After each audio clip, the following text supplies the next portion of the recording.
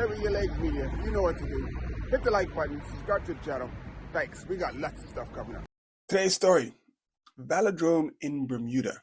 That would be amazing to see a velodrome in Bermuda. Now, I want to share my perspective, so I've written it down. I put it all together. So just bear with me as I go through this. I think it's pretty concise, and I think if Bermuda was to ever adapt this, then it would be a winner. So let's go. So I want to share my perspective on the future of cycling in Bermuda and the potential that still lies untapped. While Bermuda has some of the most talented riders, the island has consistently lagged behind in infrastructure support compared to other Caribbean islands. Some of the other islands have embraced innovative approaches, and surprisingly, it isn't a new idea. It's something that has already been implemented successfully elsewhere. So what am I talking about? A world-class velodrome. But first, you need to hit the like button, subscribe to the channel.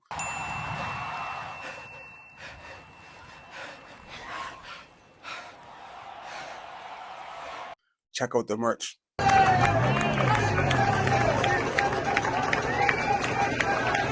This is being brought to you by Think Rider. So this is what the weather's like. I'm trying to think, what am I gonna do? Yeah!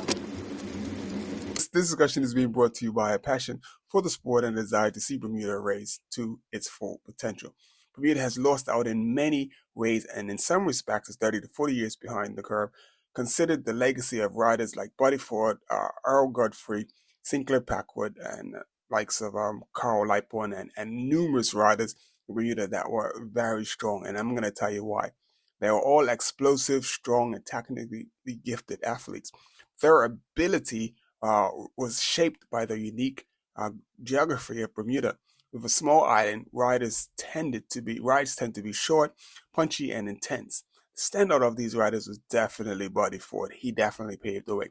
This naturally cultivated strong track cyclists has also limited their exposure to long, sustained endurance rides that are essential for road racing at the international level. Unfortunately, Bermuda has what I call the typical island mentality.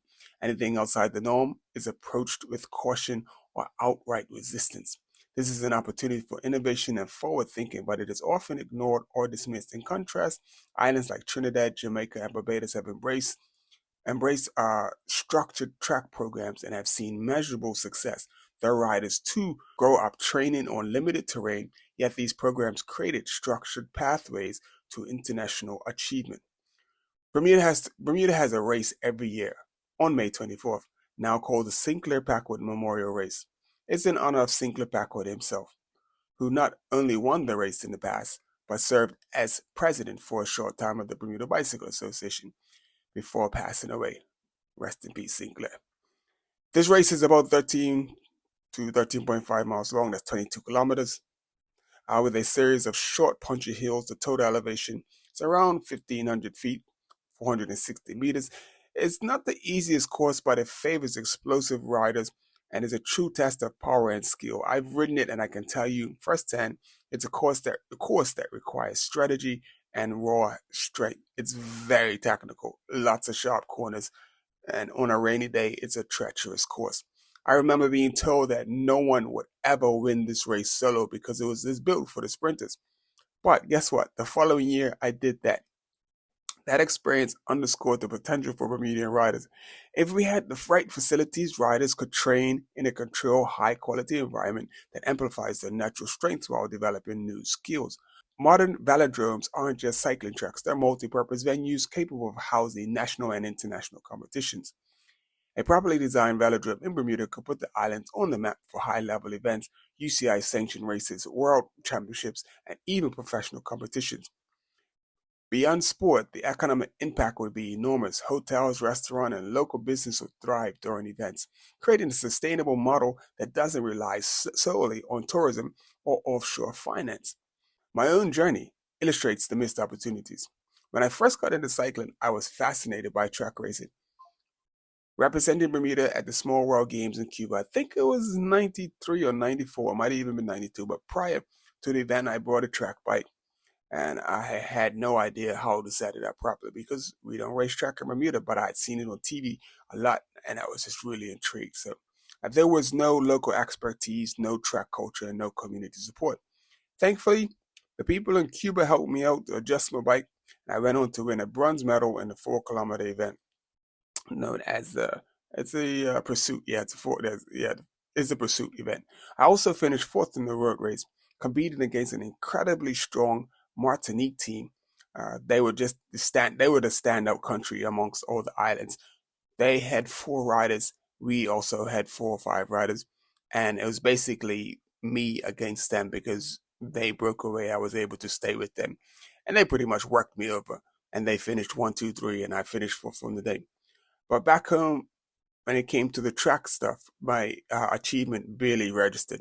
News coverage on the medal on the track was minimal, a short, dismissive paragraph that failed to capture the significance of what had been accomplished, while the road race received a much better highlight.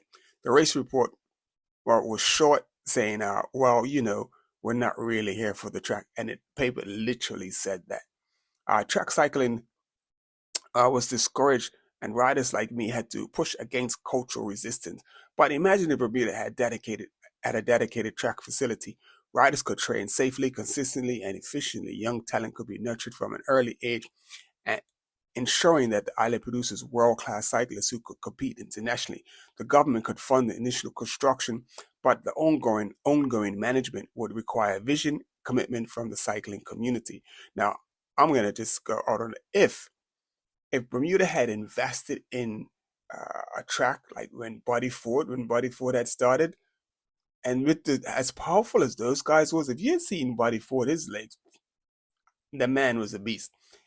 He would have definitely been like up there in the world. Whether he would have won, he definitely would have been competitive. So there's a focus where they're trying to really uh, push towards road cycling, and in order to be successful at road cycling, you really can't stay in Bermuda. You have to leave because Bermuda is only 21 square miles. There's not much roads to ride on. The roads are small and narrow. The traffic is getting heavier. So you got to go to a place in the country where you can actually get the long miles in, so you can actually become good at road racing.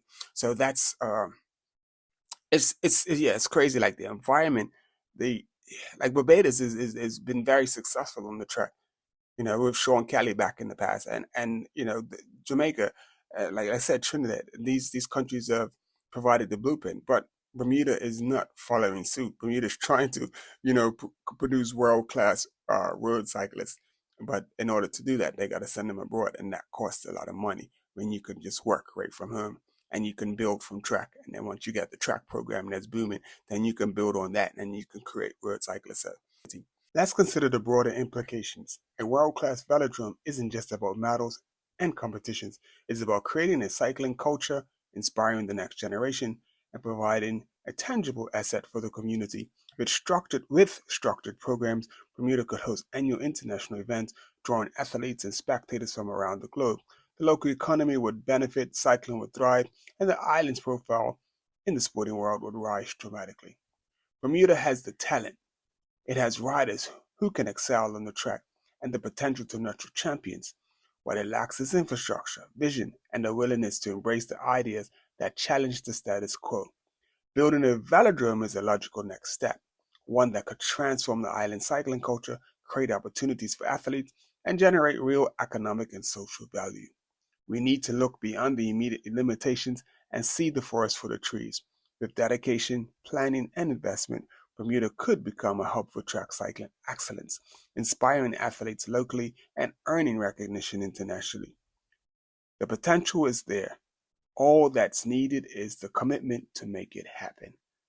Anyway, that's my view on what we could possibly get and achieve if Bermuda was to put a velodrome on the island.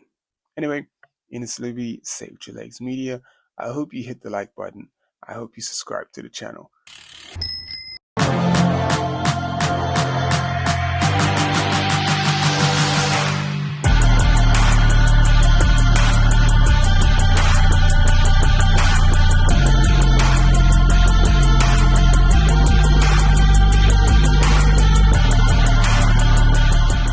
Save Your Legs Media. You know what to do. Hit the like button, subscribe to the channel. Thanks. We got lots of stuff coming up.